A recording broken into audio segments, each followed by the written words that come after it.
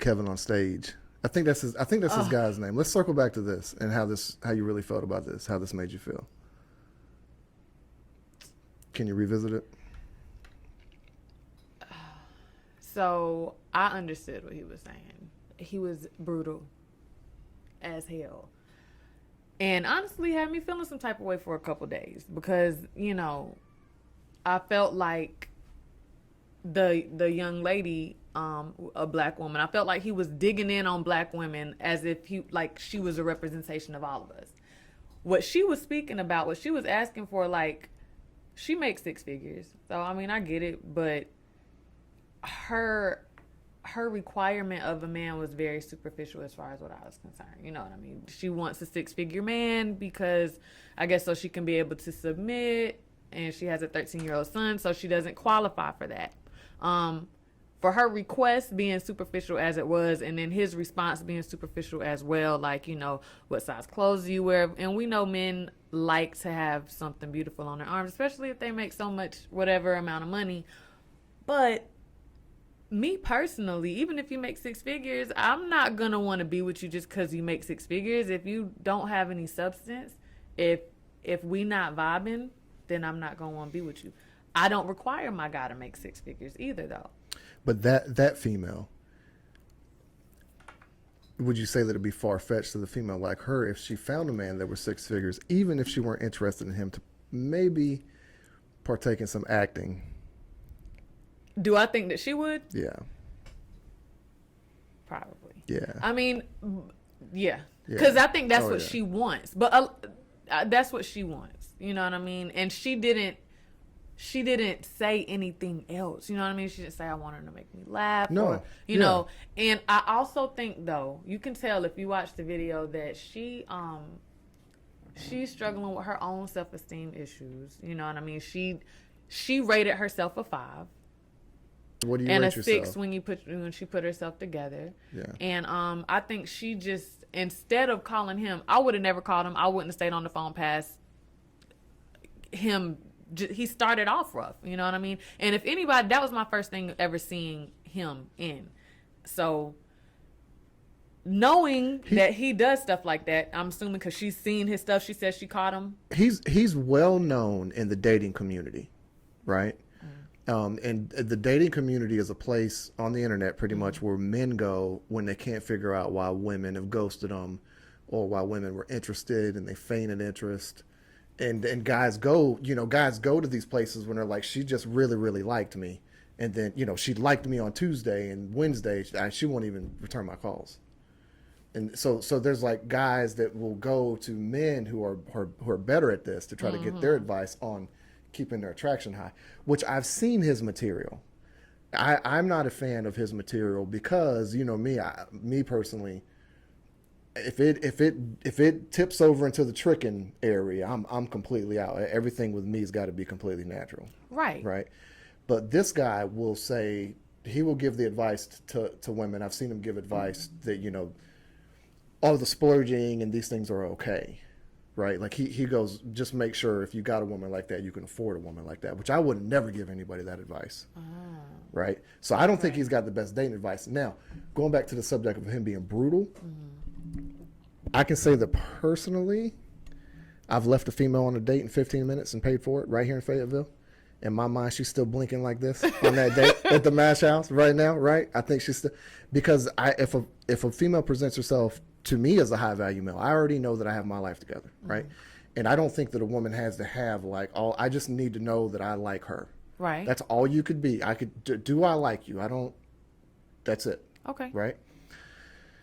And it was a female where I got to the table and she was one of those sit back, like, you know, what do you do for a living? How much you make? What kind of car and all that? And I was just like, and you know me, I was just like, you got the wrong guy. Ooh, and she was pretty too. She's still blinking her pretty ass at the Mash House. I probably just blinking, sitting there right now. So what type of woman was she?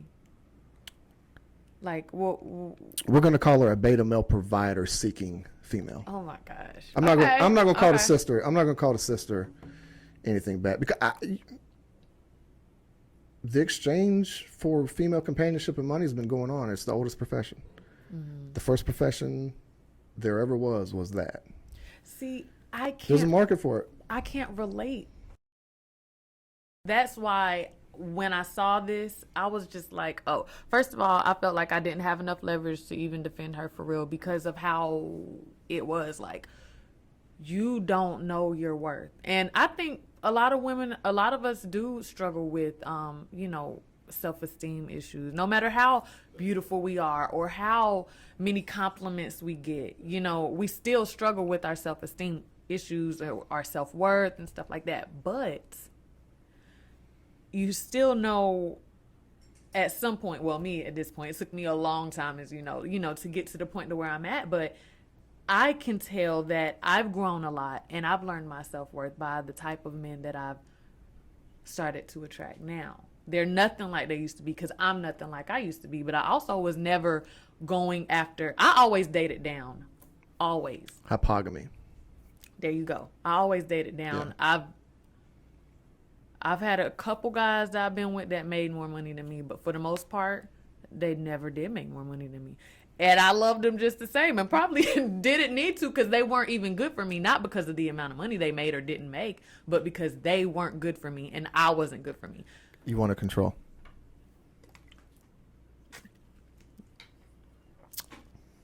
Of your own insecurities, you want to control. Right?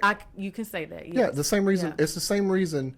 It's the same reason why a man would select the female that doesn't have a good paying job, that drives the Honda with bad tires. He's going to go for her because in his own insecurities, he knows he needs to control her because he doesn't bring much of anything. Right? He's like, look, I know I'm not good with the females. I got to go, she's halfway pretty and she's in a bad situation. So it's like predatory. It's dating down. I'm going to go get that one. I'm gonna go get the one that doesn't, that needs help. I'm gonna go get the one that needs some money on her light bill. I'm gonna go do that. Right? Okay. All right. And that's hypogamy. You can say that in a way. I don't think I was aware of why I dated down. I think it was because thinking back, it did have a lot to do with control, but I just didn't want to get with the man, and if he decided he didn't want to be with me anymore, I would not have anything. I needed to, exactly what you said. I needed to make sure that I was going to be good whether he was going to be there or not. And then there were qualities that I did because I never dated anybody that I didn't actually like that person. You know what I mean? Regardless. So the money never tipped the scales. It wasn't like, hey, I don't like you, but you make a whole bunch of money. So No. We'll put up with it. No, if the guy made money and I liked him, I wouldn't not date him because he made a certain amount of money. It's just I didn't even attract guys with money like that either. But you, if he was your cup of tea, you probably put up with a little bit more shit though, right? If you like looking at him, he might be able to get away with a little bit more. What you mean? It means typically when a man is like the female, like let's say like, so your motivation or your like wouldn't be money. So you would date a man for the way that he can make you feel. It's one of two things. Yeah. It's either the man's got money or he can make me feel a certain way. Right. These are the two types of women. Right. They either date you for your money or the way that the man can make them feel. All right. So if the man can make you feel good, this is usually on the lines of you like looking at him, you enjoy his company. He'd probably also be good in bed. Mm-hmm. Right? Mm-hmm. This type of man, he'd probably get away with a few more things. You'd probably put up with a little bit more of his shit if you like looking at him. No, not right now. Not at this point Kick in my life. Kick his ass to the curb. Period. No, back then. Oh, back then. Yeah. Guys got away with almost everything back then. Yeah. Like, you know what I mean? But I didn't. I also had like no self-worth really. I just put up with stuff. So if I was with him, I liked him for whatever reasons that I liked him and wanted to be with him, and he got away with stuff until I just would dip. I would just leave. So moving forward, no broke hoes. No. No. No more broke hoes. No, and it doesn't. And six figures is not a requirement either. No. But of course, I don't want to have to take care of you. You know what I mean? I don't want to be the man in my relationship. Ooh, and that's another topic that I think a lot of men don't understand. All right. When it comes to making a woman feel like she has to be the man, these are things like simple things like arguing, you know, whenever a man, like if a woman would, sometimes, you know, women have a way of, like, women test men for their strength. Y'all do. Y'all primitively test men to see if they're weak, right? You'll not call them. Like, y'all do all this stuff. You'll not call him to see if he'll call you, right? You'll do little things. You might even pick at him a little bit to see if you can unravel this man. And this is when y'all were doing y'all's alpha seeking. Like, let me see if I can turn this guy into a bitch or not, right? So basically, I think a lot of men don't know that if a woman argues with you and you argue back, in her mind, she would consider you to be a bitch, right? She has won. If you come in and you say something slick to me and you see that it gets the better of me, and I start coming back for you, you would probably sit in your mind and be like, look at this bitch. I don't want a man that I gotta argue with. Yes. I can say that. Yes. I don't want to argue with my. This is the female secrets. I used to do that. I would rather have, huh? Yeah, the immature me. I want to have a debate. I mean, not a debate. I want to have a conversation. A conversation, sure. About, you know what I mean? Because the argument is only, we're going to go around in circles. We're not going to hear each other because at some point you don't hear the words anymore. You hear my tone. Yeah, this man would be a bitch. An alpha male would just walk, slam the hell off, leave you wondering what happened, and he'll holler at you later on. Like, I'll talk to you in a couple hours when you're off this bullshit. Oh, so you're saying like if I'm arguing with him and he just walks away because he's not gonna have it, right? Yeah, alpha male come home. A developed man would come home, and if you wanted to argue with him, he'd be like, "I'll just catch you some other time." He'd That's how my dad is. I've never, ever, ever seen my parents argue. Yeah, never. Are they still together? Mm-hmm. How long? Yeah, they've been together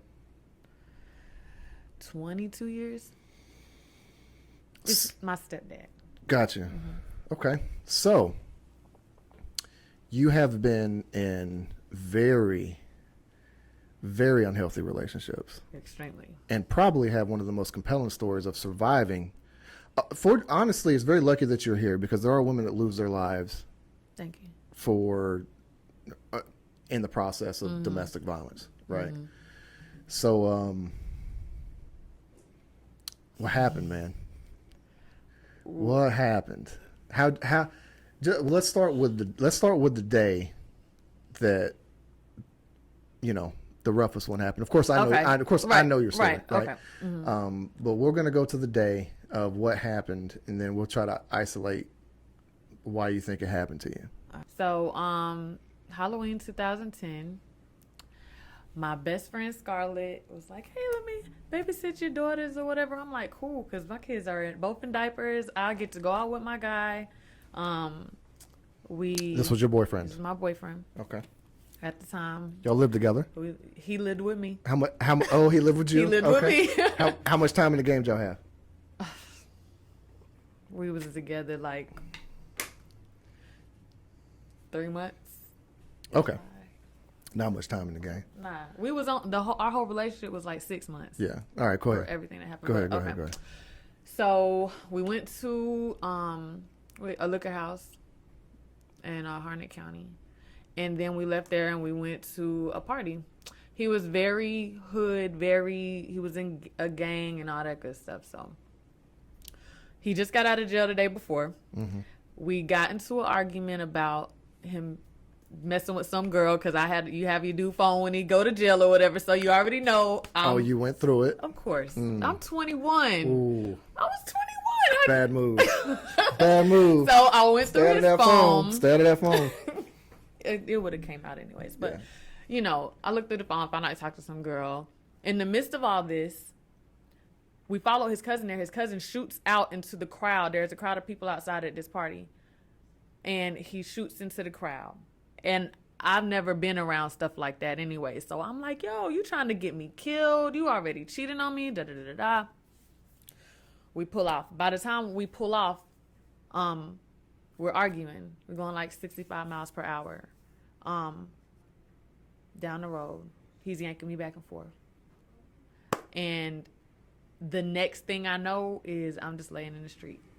And I look back and I see a car coming. I look forward because he was driving my car, and I just see. How fast are you guys on the highway? Yeah, we're on the, yeah. Well, we're on the street. Y'all rolling. Oh, we were rolling. Yeah, we was going like 65 miles per Yeah. hour because they just shot into the yard. Oh, so y'all were leaving. Y'all were fleeing. Yeah.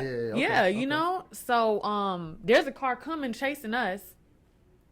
I'm in the street. So y'all are getting it. Yeah. Yeah. I roll into the ditch and I'm like, yo, what the fuck just happened? So I tried to get up. I couldn't get up. So I like army crawl out the ditch and I wiggle my toes and I'm just like, well, I'm good. You know, I can feel my toes but I could not get up. So like I said, he still drove off, but I guess he ended up turning around and I hear him running and he's yelling on the phone and then he picks me up out the ditch and he's still yelling. And as he's running with me, I just feel like all my bones start scraping against each other. Like Crunching. it was, You can feel you. I felt my bones crunching. Yeah. So obviously at this point your legs are broken. Yeah. Yeah, So I got ran over. This vehicle's ran over you. Yeah. It broke your femurs, the top of your legs? It broke my tear field and crushed my heel, both legs. Yeah, it was rough. It was, once I felt that, it was like a thermostat. Like, you know, the red stuff at the top, you mean the hottest, it went, it was like going down, like my body just went frozen. I was Shock. just, yeah. This is shock. Yeah, I went to shock. Yeah. Okay, so do we seek medical attention at this point? Went home. No. So you got two broken legs. Yeah. You don't go to the hospital. Do you ask him to take you to the hospital? No. No, you don't. I was scared. I don't know why I was scared. Looking back, I don't know. That was, 10 years ago. All right, so y'all go home. Mm-hmm. What happens at the house? Your He- legs are swelling, obviously. Yeah. He cut my pants off. He cut my jeans off. And he ran like scalding hot water in the bathtub. And he picked me up. And every move, like every breath, everything hurts. You know what I mean? Excruciating. Excruciating. Like, Yeah. it just hurts so bad. So anyways, he picks me up and he just puts me in the bathtub. And that didn't help. But luckily none of my bones like popped out of my skin, but you could see my bone. You know what I mean? You could see my legs were fucked up. So he puts me in the bathtub after he cuts my clothes off. You want to call him out? You want to call him out by name? No. You ain't gonna call him out by name. Nah, I don't even know him no more. I don't, nah. We ain't scared of him. Yeah. He put me in the bathtub. I was in there. I don't know how long.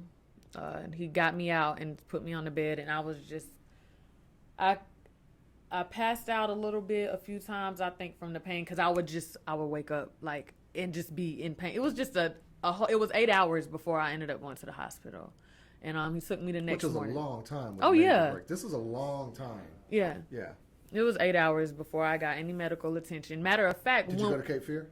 Yeah, I did. Ooh, how long was that wait in the emergency room? Nah, but they got me back pretty quickly. Okay. They did because I had already been hurt for so long. And your bones, you only got a certain amount of time before you can get surgery or whatever. And I was already cutting that time. But what I forgot to say, whenever we did get home, I guess he knew he ran me over because the car went bump over me. You know what I mean? Both tires. Yeah, both. Yeah. So when we got to the house, he was like, "Get up and walk in the house." And I was like, "I can't walk." He was like, "Stand up." Like, this guy he was like the devil, And I realized even more that night. Like, it's not like we never had any type of domestic violence before that night. You just never think it's going to be like that. You know what I mean? So, he made me stand up. And I like put my legs on the outside of the car and I grabbed the door handle and I pulled myself up and then I fell to the ground. And then he was like, "All right, I guess I'll pick you up now." So that was a rough, just that little segment of that was rough. So. All right, so let's go back. You're in the hospital. Mm-hmm.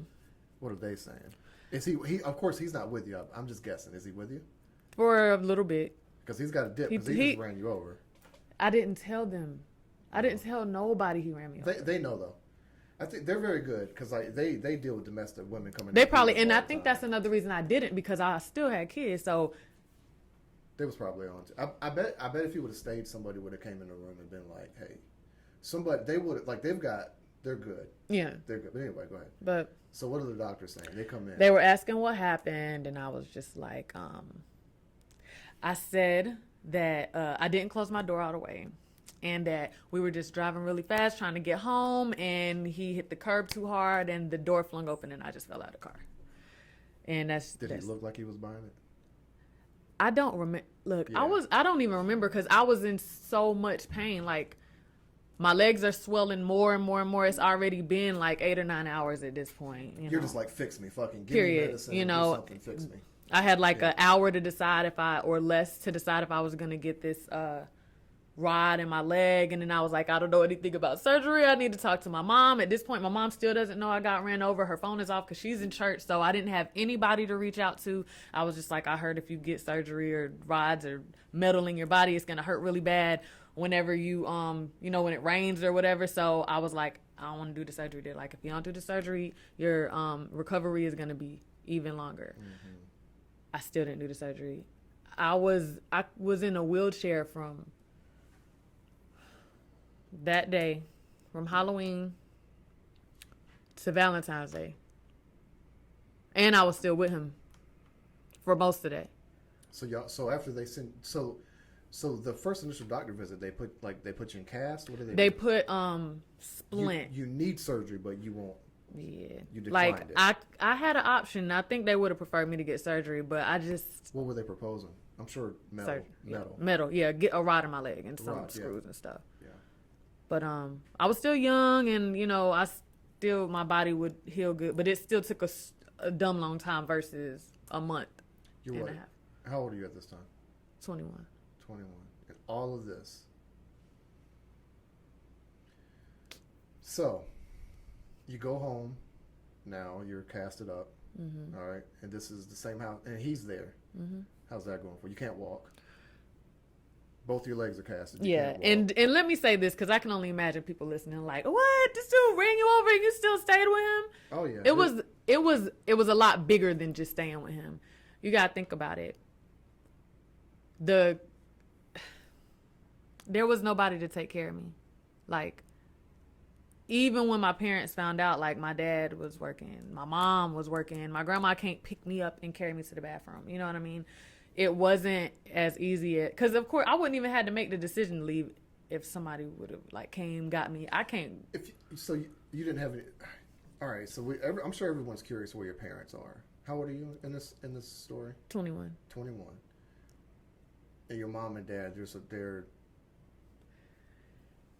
are they kind of like, do you have a history of this where they're kind of like, were they like, we wanted you to do this, you didn't do this, so you're on your own? How do you get here where your parents are just kind of like, I don't know. My first domestic violence relationship, I was in high school. I was 17. So I had like a couple domestic violence relationships before this. Nothing this extreme, like nothing even close to that, but I was also raised in domestic violence too. So I was Where did you start seeing the idea of domestic violence? Do you remember? Where did this example My start? grandma and grandpa. That's who raised me.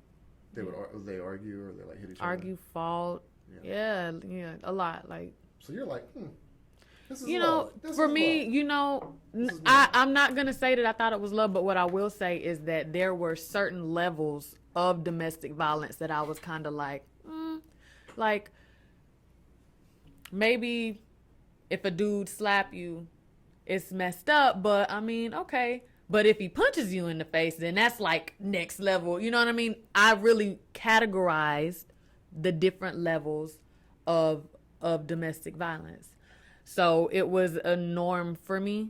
Not that that's something that I wanted or that I sought out, but it was a norm for me. And that's why I was talking about the growth in me. Like, that wasn't my last domestic violence relationship either. Okay, all right, hold on. So you go past the cast. How long are you in cast? December, January, 4 months. Do you have to learn how to walk again at this point? Mm-hmm. All right. So when does it end with this guy? How does it end? January, I believe it was. I think he got locked up. He got locked up. Okay, so you felt like you had no choices. So you were like, this little piece of what I got's better than nothing. Nah, it wasn't that. I had nowhere to go. Nobody came and got me. You know what I mean? I didn't even have contact with anybody. Like, He would break my phones, you know what I mean? At this point, me looking back, I can't walk. I can't do anything. I'm going to be honest.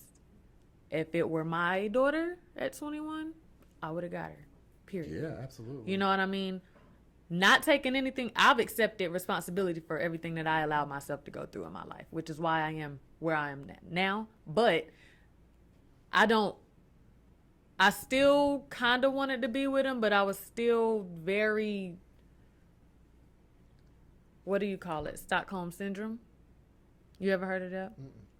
That's kind of where, like, if somebody's robbing a bank and they holding everybody hostage, and by the time the hostages are let go, they're kind of like clinging to the bank robber because. Oh, sure. Okay. You know? Yeah. So that's kind of where I was in a way, but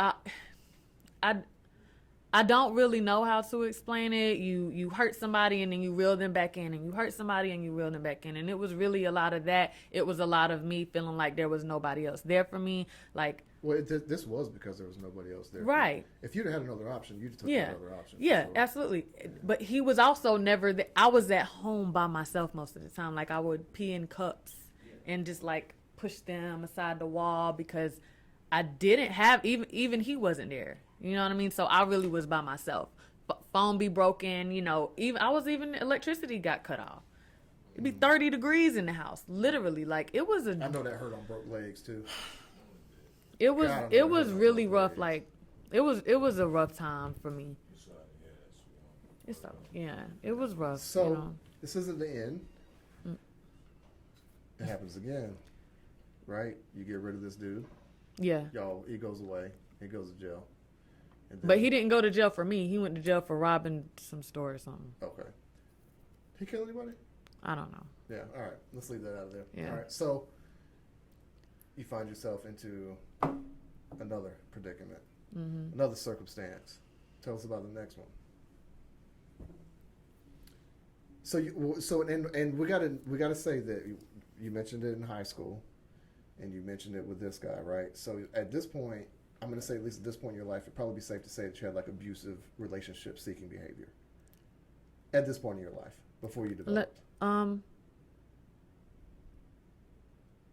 Yeah. You attracted it. Yeah, absolutely. Okay. Absolutely. So all right, so we go to the next before you, just to clarify for anybody else that may also have that same type of behavior, that you're attracting these type of people to you, or maybe you're seeking it subconsciously. It's little things like when a guy flirts with you and he's like, shut the fuck up. I know it seems small. Red flag. Yeah. Because I used to eat it up. Like, oh, you said shut the fuck up. Not even just because he said that, but that's how I would flirt. Shut up. Hit him. You know, things that I didn't realize were pebbles leading to the bigger things. These things should stay in the bedroom only, right? There you go. Yeah. There you go. Yeah, you be a whatever the bedroom, but be a gentleman. Yeah, if he's treating you some type of way, he's cussing at you, anything like that, in like the streets, no go. Let it go. Yeah. Mm-hmm. So this is your advice to any female that is currently where you used to be. These are red flags. Yes. Leave. Leave. Don't ask any friends. Leave. No, because they probably don't know. Like, I didn't even know. It took me a lot of abusive relationships, and then one day it just clicked. It was like, this isn't just them at this point. You know, like, I've been in 1, 2, 3, 4, how many abusive relationships? And I just really sat down and I was like, damn, it's something about me. It's something in me. I don't know what it is, because at this point, it's not like I like it. I'm used to it. Mm-hmm. I don't want to be no more, you know? So that's when you got to dig in. You have to evaluate yourself. Yeah, it's the strange thing throughout time. And I've worked with several women that were, you know, they would cry domestic violence at work, like, to the guys, but they would never leave them. It's weird. It's like, once you hit a female, it's like she never leaves you.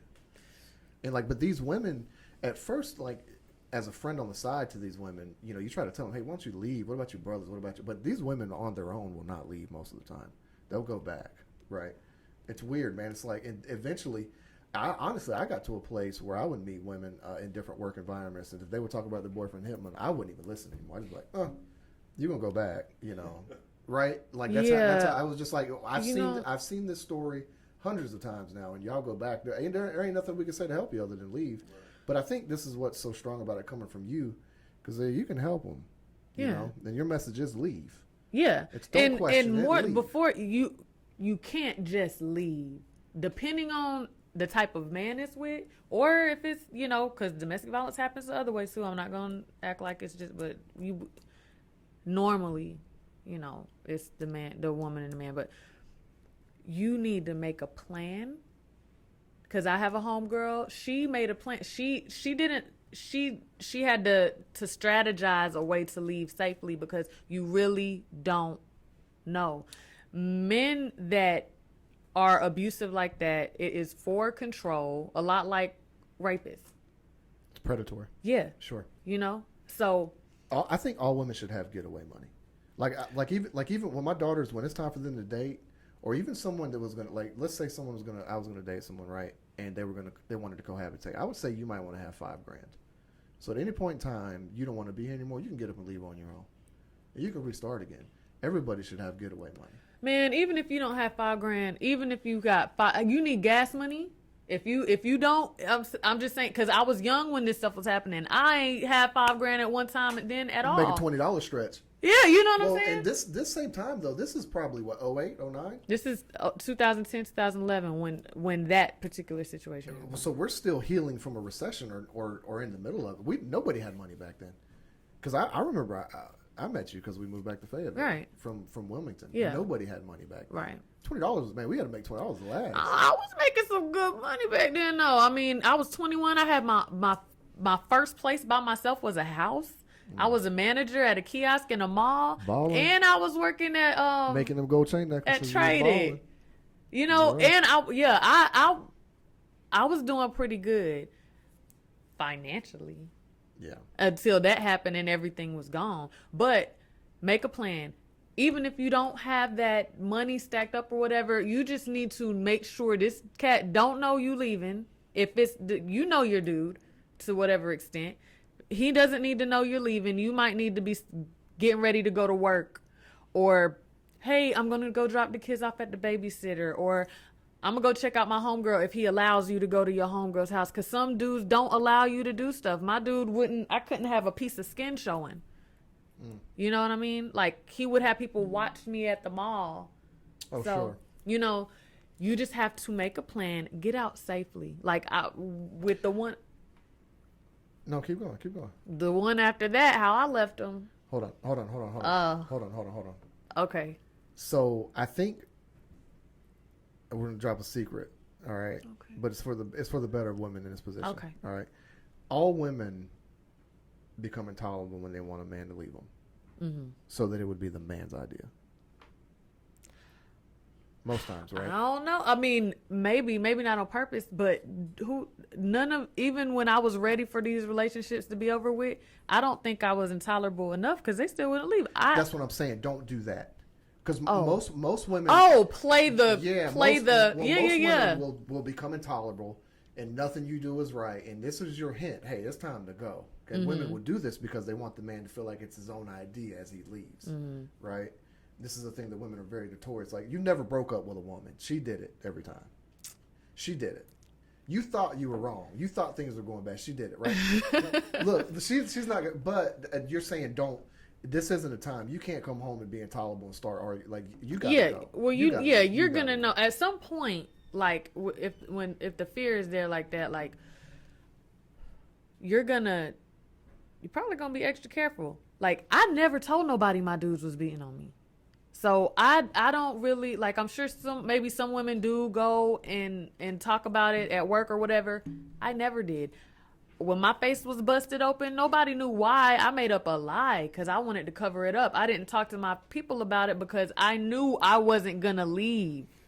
Now, after I left, then I started opening up about things, right? You know, and then they were like, oh, well, I might have figured that because of this, that, and the third, but, you know, I never talked about it. It's deep, man. You got to get out of there. Get out of there. Make a plan. Before you find yourself in a ditch, ran over. For real. Yeah. All right. Yeah. Talk about the next guy. I'm gonna be very vague with the description, but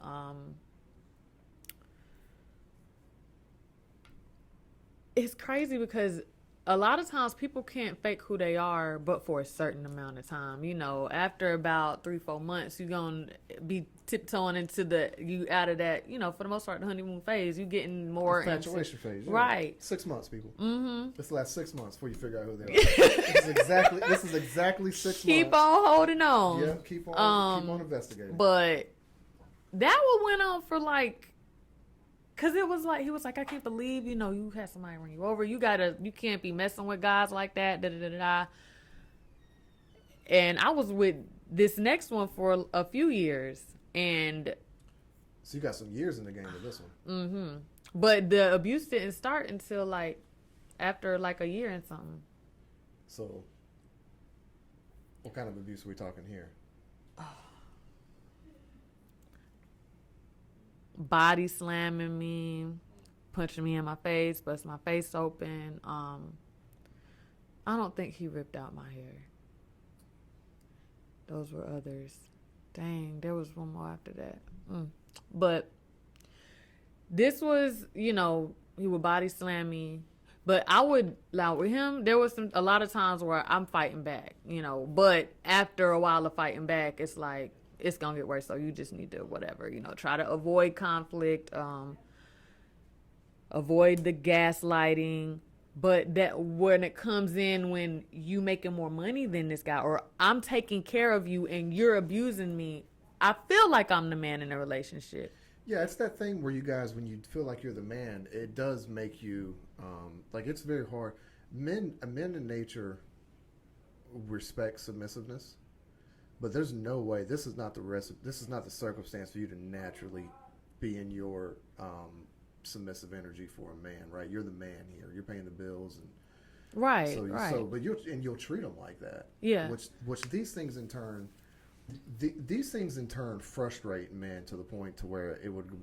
I think in a lot of them's heads they would go, I don't know what to do, and then it would antagonize the male brain and the male psyche and potentially put I don't know, I can't talk to her, right? Because y'all become intolerable, you can't talk to her, and then a man, they'll put their hands on you. Mm-hmm. But if the abuse started before that, no, I'm not justifying. Oh that. well, I'm just that's what happens when. Well, yeah. Whenever whenever the respect is minimal and the attraction is low and the interaction isn't going naturally, where like a man will come home to an intolerable woman.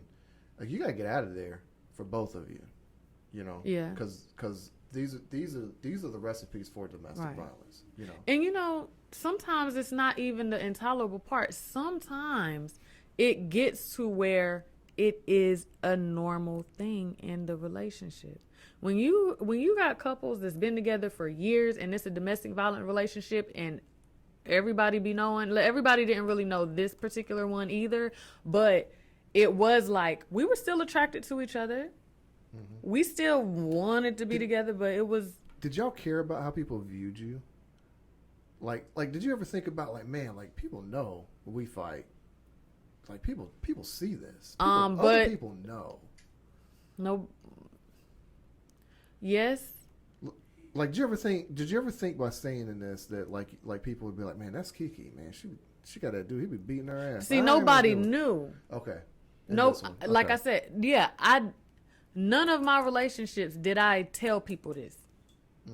Nobody knew that I was in abusive relationships. So. You kept it to yourself. Yes. Yeah. First of all, that's embarrassing. Secondly, I already knew, I know when I'm up to here with something. I know when I can't deal anymore. So if I knew I was still dealing, then there's no reason for me to talk to nobody. There's nothing nobody could tell me. You know what I mean? Yeah. Okay, so let's pull out of the negative. So you learned this lesson a couple of times, right? This happens to you. How old are you before you decide, I got to change something? 2015. Let's put you at, how old, roughly? Mid-20s? 30s? 20s. Oh, I'm 32 now, 27. Late 20s. I was about 27. Yeah, late 20s. Late 20s. Mm-hmm. So your entire 20s have been in domestic violence. But let me tell you, why and when things changed. When I left him, literally, we had an apartment. He was living with me. He was living with me. If he wants to live with y'all ladies, there's a red flag. For real though. If he's got to stay with you, it's a red flag. It's all. It couldn't get any more downhill from here. Yeah. Go ahead. He started off with his own place. I don't give him credit. He was in school. He had 2 jobs. He had his own place, but he ended up getting evicted. And then I come stay with me. You know, I got you. Yeah, because you wanted that control again. I didn't really I'll want. tease you. Go ahead. I like in-house. But anyways. Convenient. It's very convenient, isn't it? Yeah. Yeah. But after that, so I left him. How I left him, he would sleep on the couch middle of the night. Because, like you said, at this point, I'm intolerable. I didn't care. Like we hadn't slept in the same bed for probably a couple months. Like I was done. So I let him sleep on the couch, and I waited till he fell asleep because this is what I'm talking about. When a guy is not gonna let you leave, you come up with a plan. So my plan was, I was like, I got a babysitter. I had already had my kids gone. I let him fall asleep, and I started taking my kids' bunk beds apart while he's sleeping. And I'm tippy-toeing out the apartment. I got wood and stuff all on my shoulders, like tippy-toeing out, throwing it in the truck, tippy-toe back up the stairs. And we was on the top floor. So got all that, and that was it. I moved out. I left the couches, everything in the house. Huh? It was only second floor. It was only the second floor. She had to dramatize it. It was 6 stories. Dang. I was tired. It still was a lot because my adrenaline was rushing. Like, mind you, this cat had kicked the doors off the hinges before. Like, the whole door on the floor to get in the house because I wouldn't let him in. For real. So, and I'm like 5'3". At the time, I think I was maybe like 99 pounds, something like that. Yeah. Because I'm just now gaining some weight. It was But just a little old thing. Okay. So it was dangerous for me. So I waited till he sleep, got this stuff out, and I stayed with my mom for 6 months. She wanted me. She needed me out the house for whatever reason. I'm trying to get myself together after this particular relationship. So I was like, there was a guy I went to school with. I had been talking to him for a little bit, and I was like, I'm gonna go stay with him for like a month. So until I can get my place. Now I didn't really want to be with this dude. Ooh, this is a transactional. Yeah. This is a paper relationship.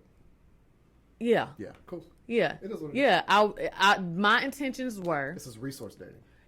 Yes. There you go. And you know, like I won't try to be funny, but I was really in that predicament where I had to do what I had to do. You need a place to stay. You know, and I knew him. I knew him from high school. So and he liked me, and it was all right. But it was nothing like I knew. I didn't want to be with him, but I knew that I needed a place and that I felt like it was a safe place for me to stack up a little bit. And I gave him money for staying there. I was only there for a freaking month, but now I know it's going to sound crazy, but he choked me to death. To death. Like, to death. And I don't really know how we even got to that point, but apparently he was on pills or something. I didn't know. I didn't know he was on pills. I ain't never seen him do pills, but obviously that's some silent. That's another thing. What kind of habits? You know, I think if you were dating a man, right? Mm-hmm. I think it'd be important to figure out what kind of habits he would have, like drinking. Does he smoke? Cocaine.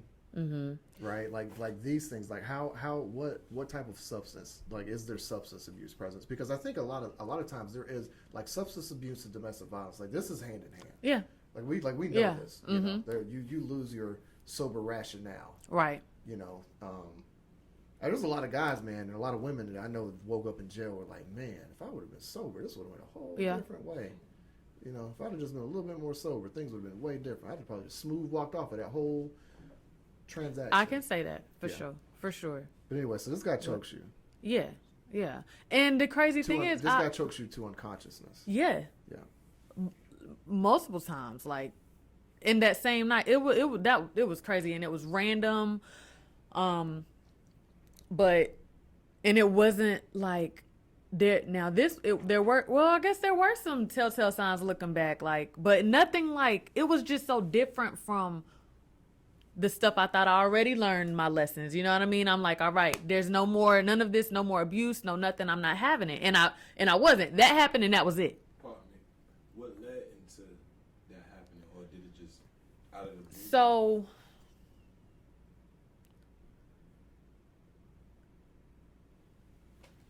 I worked 2 jobs. So I was gone that whole day. Normally when I get off work, it was like midnight. He would be there.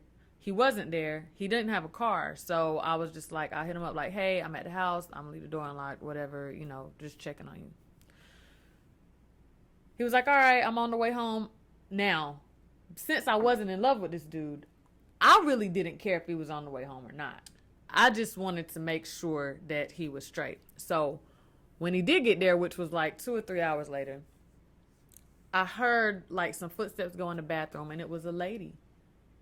It was she was kind of a little bit older. She was probably like, I was 27, so I think she might have been late 30s. And they worked together. So y'all are in a transactional relationship. He's got another female in the house, but you're in the crib or you're hanging out. You're there. He brings another female home. Yeah, and okay. So, and I'm assuming he was out with her. They wherever they went, and I'm assuming they were doing pills together because. Okay, get to that point, but yeah. So I hear footsteps, and when I open the door, he mouths to me. He's like, "You better not say nothing," and I was like, "What the fuck is going on?" You know what I mean? I just woke up. So she comes out the bathroom, and she's like, "Oh, you must be his girlfriend," and I was like, "Hey, I'm KeKe." I shook her hand or whatever. And she started asking me questions, and I was like, "Get the fuck out! It's 3:00 in the morning." This is how I know if I really, really cared. I probably would have tried to fight her because I would have been so offended that, oh, you brought a bitch in the house. Like, it wasn't like that. I was offended because she was asking me questions. So I tell her to go out. She didn't listen. So I snatched her glasses off her face and I threw them outside. And I was like, you need to get out. And then I looked at him. By this time, we're in the yard. And I looked at him and I was like, yo, you really fucked up. And when I said that, it looked like there was a glaze, like his eye. So you messed up. He was trying to, you interfered with him. He was probably he was on a mission. He wanted to smash that chick or whatever. You stopped that for him or whatever. Yeah. Whatever was in progress. Yeah, whatever was in progress. But why wouldn't you just smash her before you got there? I mean, or smash her outside. I'm just depicting the story. That's all. Oh, I don't know. But so when that happened, that's when, like, I guess I'm assuming he blacked out because you could just see it was like a glaze over his eyes after that. And when that happened, I guess his whole demeanor changed because she was like, hey, you better not hit that girl. And so I'm like, oh shit. Like, I'm starting to get, because I've already been abused. You know what I mean? Mm-hmm. And this was a white dude, mind you. No, it wasn't. It was. Yeah. Oh. Yeah. And I'm in that part. I say that because it's gonna matter a whole lot in a little bit. Okay. So I go in the house because I see. We took an L. We took an L. White people, we took an L, man. For it's real. L right here for us. Hey, it is what it is. It is what it is. The sister got beat up. Oh man, go ahead. Come on. I got more than beat up. I got killed. This dude chokes you. But, okay, so I go in the house because I'm starting to, like, I could see him change. So I go in the house. He comes in right after me. And he just starts, like, wailing off on the back of my head. And then he rips my hair out. That was, between that and I was like, okay. I ran to the bathroom and he was hitting me some more. I ended up, and then that's when he started choking me. And when he started choking me, I was just like, I can't breathe. And he kept choking me, and I peed on myself from that. You lost your body functions. Yeah. And then I started seeing these lights, and my body just dropped. And then I heard my baby crying. Oh, the kids are in the house. Yeah. Yeah, okay. Yeah, I heard my baby crying, and my body I just got this, like, surge of energy from my feet, and I just shot up. And he was still choking me, though. Like, even after I lost my bodily functions, even after I passed out, even after I'm out, he's still choking me. And I'm up, and at this point, I'm not even breathing no more. And I didn't realize I wasn't breathing no more because I'm just like, I can't breathe. So he takes me and then he throw me in the bathtub and he's still choking me and I still hear my baby crying. And I'm just thinking like, I'm about to die. And I was like, I didn't know what to do. Which does happen. Men kill women all the time. This is not uncommon. Right. This can happen to you. Yeah. Yeah. This is not. This is uncommon. real. In fact, this is why when you have a domestic violence situation, why they do a no contact order immediately, because when two people get back together, I'm not saying that y'all got, but right. They know there's a statistic. Women die. Yeah. Over this. Did you know though? A lot of women die for leaving. They'll come kill them. Yeah. Ooh, especially if they find them with another man or something. Yeah, they will. That's why I say have a plan, and you need to make sure he don't know where you at. That's why they have safe havens. Statistics are higher of a woman being murdered by her lover or ex-lover after she leaves the relationship.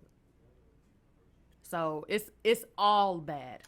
There's a business that just opened up downtown.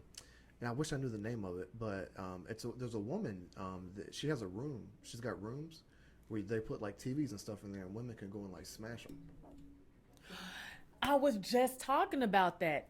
And yeah, you pay per like item that you bring. Yeah. You just go in, they bring like old TVs and like you. I mean, I think that's a great. I like to get down in there, man, instead of knocking somebody out, right? Yeah. You go in there, but yeah, they get to go in there and just smash TVs, man, with sledgehammers and stuff, just to I was talking about that. I would love to do that. I get what you're talking about now. I thought you were talking about something totally different. Yeah. I thought you were talking about some red door. No, that's the other one. That's on Bragg Boulevard. That's a whole different topic. That's why I thought you. I said, hold on, what? No, not smash. No, man, smash TVs, not the females, man. Not the females. Real quick, yeah. No, that's a whole different. It's a whole different idea. Way different. All right, so this guy chokes you to death, and you realize, look, I got to change. You leave him too. What? There's no way that you could be put in this type of position again. No way. You ain't going for it. Way. It's impossible. Was this something in yourself you needed to fix? Yeah. I think as an adult, I think we have all learned, especially, man, and somewhere, and for women are much more advanced. Somewhere around your 30s, you really learn that you are you will attract what you are, right? Like it's you. Like the people that are coming around you is you. It's either because you're strong or because you are weak. And if you're weak, you're gonna attract people that have predatory tendencies. So, you move into sound healing. Yeah. How do you find sound healing? Well, after all of that, of course, after that, particularly that last situation, I got really bad PTSD. Like, even somebody touched me, just a loud noise. Oh, you're gunshot now. Oh, yeah. Yeah. Yeah. I almost lost my job because of that. You know what I mean? It's affected. No different than a child that's been hit. If you flinch around it, it'll. Right. Yeah. Like it's even somebody saying my name. Like, how did your parents discipline you growing up? Were you spanked? Yeah, I got spankings. Yeah, but none of that. Even all of the abuse up until that last one, where I think that was the last straw. For not just me, but for my mind, for my brain, because like I took a lot of blows to the head that particular night. Enough is enough. Yeah. And that really did something to my nervous system. It did something with the way that my body reacts to noise, to somebody saying my name. Like, that is how I ended up getting into sound healing. Yeah. So I mean, there are I've seen like they've got kidney procedures and stuff where they loosen up kidney stones, and they do this by way of sound. Yeah. So sound does have a effect on human tissues. Absolutely. And like when you rang those bowls, like even when I heard it on the I know that this has some sort of effect. Oh yeah. So this is very good for you, and you've had great the people that you've done this for. They really enjoy this. Yes. Yeah. Yeah, absolutely. I actually, right before I came here, I just did a sound healing session next to the lake. How many sound healing sessions do you do? Like, let's say a person wants a sound healing. You do this like a once a week thing, once a month. How often do you suggest being recalibrated by sound? Honestly, I would say once a week. Okay. It varies depending on the person, but I would say once a week. But like I have my bowls, so I might do it every morning. All right, cool. Show us. Pull these bowls into the frame so we can see them. Which one's your favorite of them all? Do you have a favorite? This is my favorite. All right, cool. Let's go. Her with name that one. is Scarlett. Scarlett. Yes. Just like your friend. Yes, it's named after Scarlett. Okay. You want me to play her? Yeah. Yeah. This is my favorite. Go away from the microphone just a little. There you go. I mean,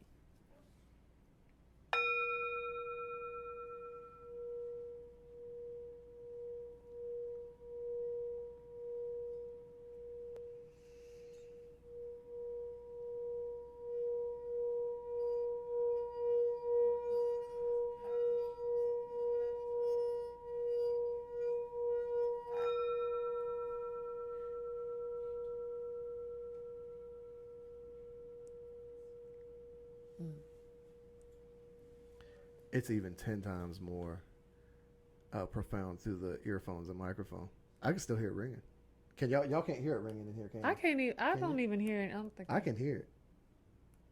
It just stopped. I can still hear it. No, I can still hear it through these though, because these are more sensitive. Yeah. Because it probably got that sound. Yeah. thing instead I love it. So, what makes this bowl? Why is this your favorite? The sound of it, and I'm a huge fan of Tibetan singing bowls. Okay. So, what type of metal is this? Brass? It's a few. It's like 7 different metals. Okay. Ooh, it's difficult. Usually, different metals have a reaction. It's called it's a galvanic reaction. it's what they call a galvanic reaction from dissimilar metals. But this one's holding together just fine. Here you go. Now this one, I like this one. The crystal one. Yeah, You want me to play it? yeah. Hold on. Let me. I don't feel, it looks like $1,000 ball. I'm gonna break $1,000 ball. You break this, you gotta get me a whole set. That's how that works, ain't it? Period. Sure. Okay. Imported from. Now, this is a crystal singing bowl. This one represents the heart chakra. I specifically got this one because The chakra. I was waking up every morning and my heart would wake me up. Like I would wake up, I could like almost see my heart beating out my chest. Is that the chakra that wakes you up? The heart?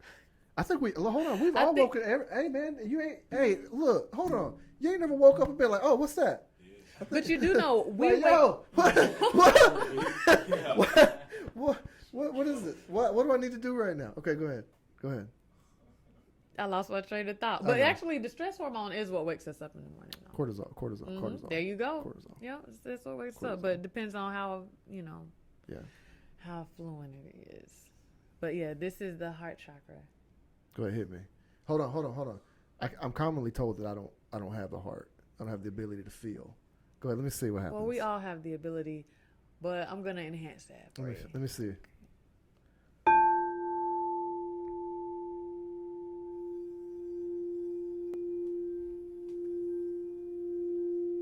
Too loud?